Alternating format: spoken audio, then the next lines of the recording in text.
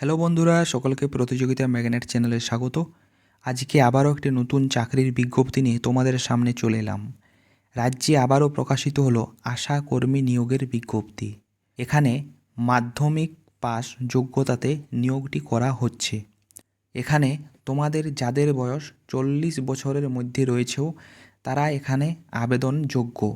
আজকের ভিডিওতে এই নিয়োগটি সংক্রান্ত ডিটেলসে সমস্ত কিছু নিয়ে আলোচনা করব।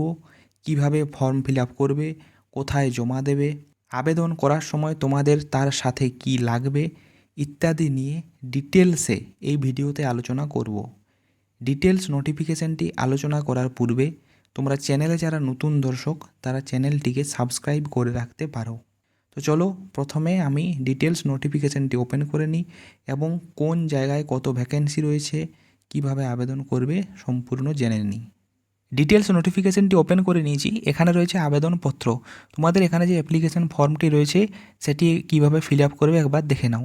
এখানে ডান দিকে একটি বক্স দেওয়া রয়েছে, এই বক্সে তোমাদের একটি কালার পাসপোর্ট সাইজ ফটোগ্রাফ কিন্তু চিটিয়ে নেবে।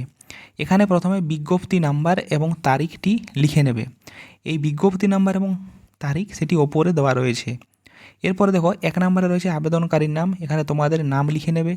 এরপর 2 নম্বরে রয়েছে তোমাদের স্বামীর নাম এখানে লিখতে হবে। 3 নম্বরে পিতার নাম, তোমাদের বাবার নাম লিখে নেবে। 4 নম্বরে রয়েছে ঠিকানা, তোমরা এখানে তোমাদের গ্রাম, পোস্ট, পিন বা থানা, এগুলো জেলা, এগুলো সম্পূর্ণ এখানে লিখবে। 5 নম্বরে রয়েছে বসবাসকারী গ্রাম অথবা এলাকার নাম, তোমাদের গ্রামের নাম অথবা এলাকার নাম এখানে লিখতে হবে। এরপর গ্রাম ও গ্রাম পঞ্চায়েত, তোমরা কোন গ্রাম পঞ্চায়েতের অন্তর্গত এখানে লিখতে হবে। 7 নম্বরে রয়েছে ব্লক, তোমাদের ব্লকের নাম লিখবে। 8 নম্বরে রয়েছে মাধ্যমিক পরীক্ষায় মোট প্রাপ্ত নম্বর ঐচ্ছিক ব্যতীত, অর্থাৎ তোমরা এখানে মাধ্যমিক পরীক্ষায় মোট যে নাম্বার পেয়েছো, তোমাদের যে এডিশনাল সাবজেক্ট থাকে সেই এডিশনাল যদি সাবজেক্ট থেকে থাকে তাহলে সেটি ছাড়া মোট যে নাম্বার পেয়েছো সেটি এখানে লিখতে হবে। 9 নম্বরে রয়েছে সর্বোচ্চ শিক্ষাগত যোগ্যতা, তোমরা সর্বোচ্চ যে শিক্ষাগত যোগ্যতা তোমাদের রয়েছে, কেউ ক্লাস 12 পাস বা কেউ গ্র্যাজুয়েশন পাস বা তার উপরে যদি কেউ পোস্ট গ্র্যাজুয়েশন বা এই পিএইচডি করে থাকো, যেটি তোমাদের সর্বোচ্চ শিক্ষাগত যোগ্যতা রয়েছে এখানে লিখতে হবে। এরপর 10 নম্বরে রয়েছে বিবাহিতা, বিবাহ বিচ্ছিন্না নাকি বিধবা, এখানে সেটি লিখে নেবে। 11 নম্বরে রয়েছে জন্ম তারিখ, তোমাদের জন্ম তারিখ এখানে লিখতে হবে। এরপর দেখো 12 নম্বরে রয়েছে তপশিলি জাতি, তপশিলি উপজাতি, অনগ্রসর শ্রেণী নাকি সাধারণ, তোমাদের ক্যাটাগরি যা সেটি এখানে লিখে নেবে। 13 নম্বরে রয়েছে যে উপস্বাস্থ্য কেন্দ্রের জন্য আবেদন করছো সে এখানে তোমাদের লিখতে হবে কোন উপস্বাস্থ্য কেন্দ্রের জন্য তোমরা এখানে আবেদনটি করছো। এবং 14 নম্বরে রয়েছে মোবাইল নাম্বার, এই মোবাইল নাম্বারটি কিন্তু নির্ভুলভাবে দেবে। এবং সবার শেষে রয়েছে আবেদনকারীর স্বাক্ষর, এখানে তোমাদের পূর্ণ নামটি কিন্তু স্বাক্ষর করে নেবে। এরপর দেখো এই যে আবেদনপত্রটি রয়েছে এর সাথে বেশ কিছু ডকুমেন্টসে তোমাদেরকে কিন্তু জেরক্স কপি দিতে হবে। প্রথমেই তোমাদের যে ভোটার কার্ড রয়েছে সেই ভোটার কার্ডের 1 কপি জেরক্স। দ্বিতীয় নম্বরে রয়েছে রেশন কার্ড, তোমাদের রেশন কার্ডের জেরক্স দিতে হবে। সমস্ত কিছুই কিন্তু 1 কপি করে জেরক্স লাগবে। এরপরে আধার কার্ড, আধার কার্ডের জেরক্স লাগবে। মাধ্যমিক যে পরীক্ষার সেই মাধ্যমিক পরীক্ষার মার্কশিট লাগবে।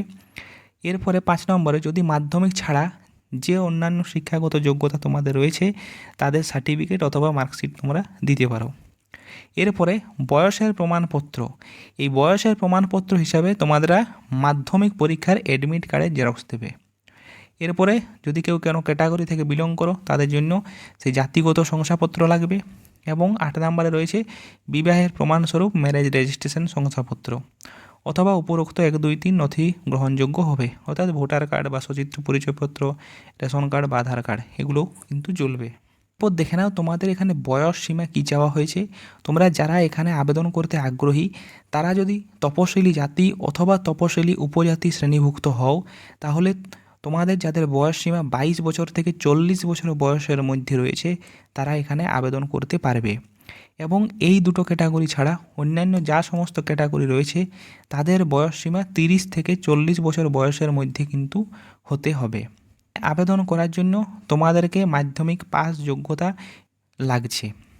এই আশাকর্মীর জন্য কেবলমাত্র মহিলা ক্যান্ডিডেটরাই এখানে কিন্তু আবেদন করতে পারবেন। যারা বিবাহিত অথবা বিবাহ বিচ্ছিন্না অথবা বিধবা মহিলা তারা এখানে কিন্তু আবেদন করতে পারবেন। এখানে আবেদন করার জন্য কিন্তু নির্দিষ্ট যে সংশ্লিষ্ট গ্রাম এলাকা রয়েছে সেই গ্রাম এলাকার স্থায়ী বাসিন্দা কিন্তু হতে হবে। এখানে অনেকগুলো জায়গা থেকে ভ্যাকেন্সি বার হয়েছে, আমি এক এক করে কোন জায়গায় কতগুলো ভ্যাকেন্সি রয়েছে, তোমরা কোথায় জমা দেবে ফর্ম সেটি নিয়ে আসবো। এই পদগুলোর জন্য আবেদন প্রক্রিয়া অলরেডি শুরু হয়ে গেছে এবং 27/9/2024 বিকেল 5টা পর্যন্ত এখানে তোমরা আবেদন করতে পারবে। এই আশাকর্মীর অ্যাপ্লিকেশন ফর্মটি জমা দেওয়ার জন্য তোমরা যে এলাকার বাসিন্দা সেই এলাকার যে বিডিও অফিস রয়েছে সেখানে কিন্তু জমা নেওয়া হচ্ছে। সুতরাং তাড়াতাড়ি তোমরা এই অ্যাপ্লিকেশন ফর্মটি ফিল আপ করে বিডিও অফিসে জমা দিয়ে এসো।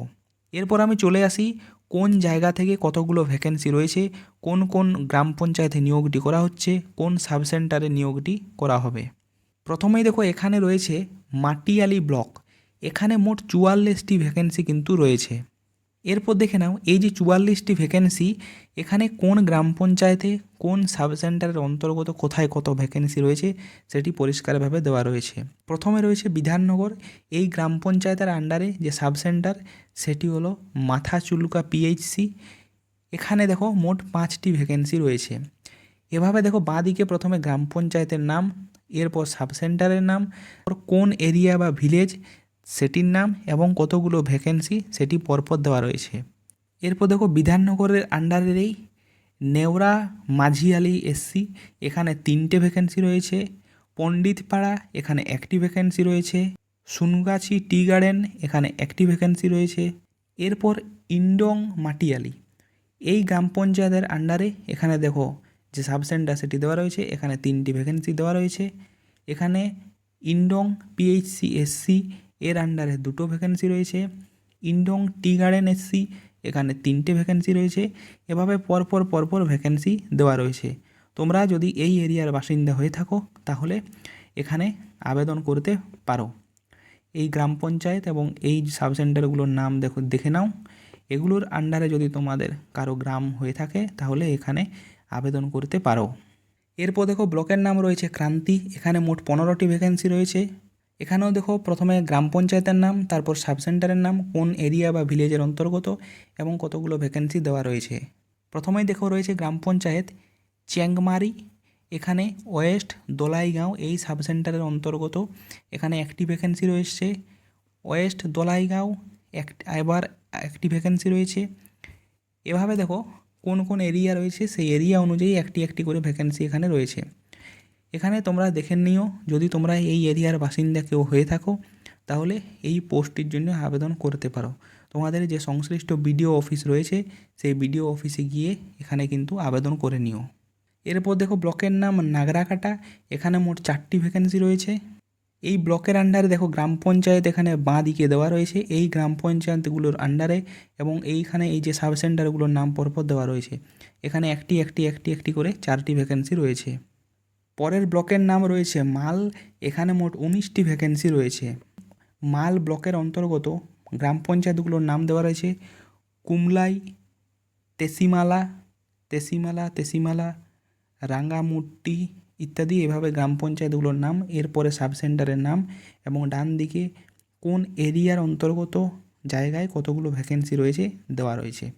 এখানে তোমরা যদি এই গ্রাম পঞ্চায়েত অথবা এই সাব সেন্টারগুলোর অন্তর্গত এরিয়ায় বসবাস করে থাকো তাহলে তোমরা এখানে তোমাদের যে সংশ্লিষ্ট বিডিও অফিস রয়েছে সেখানে গিয়ে আবেদনটি করতে পারো। এর পরের ব্লকের নাম রয়েছে দেখো বানারহাট, এখানে 1টি ভ্যাকেন্সি রয়েছে।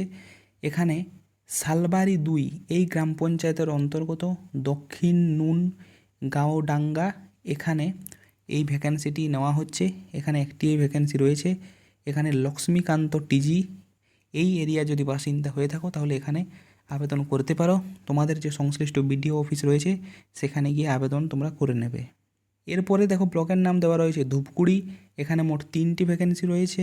এখানে এই ধূপগুড়ির অন্তর্গত গাডং 1, গাডং 2 এবং ঝরালটা গ্রাম 1 এই গ্রাম পঞ্চায়েতের অন্তর্গত ভ্যাকেন্সিগুলো নেওয়া হচ্ছে। প্রত্যেকটি জায়গায় একটি করেই ভ্যাকেন্সি রয়েছে। এর পরের ব্লক রয়েছে দেখো রাজগঞ্জ, এখানে 7টি ভ্যাকেন্সি রয়েছে। এখানে দেখো গ্রাম পঞ্চায়েতের নাম দেওয়া রয়েছে দাবাগ্রাম 1, মান্টাদারি, কুকুরজান, এভাবে পরপর গ্রাম পঞ্চায়েতের নাম দেওয়া রয়েছে এবং এই সাব সেন্টারগুলোর নাম পরপর দেওয়া রয়েছে, এরিয়াগুলোর নাম দেওয়া রয়েছে এবং একটি একটি করে প্রত্যেক জায়গায় ভ্যাকেন্সি কিন্তু রয়েছে। এখানে তোমাদের যে সংশ্লিষ্ট বিডিও অফিস রয়েছে সেখানে গিয়ে তোমরা আবেদন জমা দিতে পারো। এর পরের ব্লক রয়েছে ময়নাগুড়ি। এখানেও মোট 3টে ভ্যাকেন্সি রয়েছে।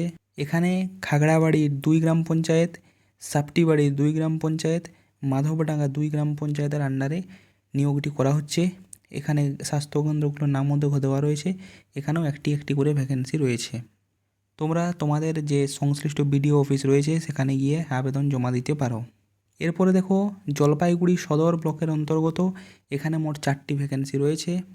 এই ব্লকের অন্তর্গত এখানে দেখো যে গ্রাম পঞ্চায়েতগুলোর নাম দেওয়া রয়েছে, কোন সাব সেন্টারে নেওয়া হচ্ছে সেগুলোর নাম দেওয়া রয়েছে এবং ভ্যাকেন্সিও পরপর 4টে দেওয়া রয়েছে একটি করে। এখানে যে সমস্ত জায়গাগুলোর নাম আমি বললাম আরেকবার আমি বলে দিই।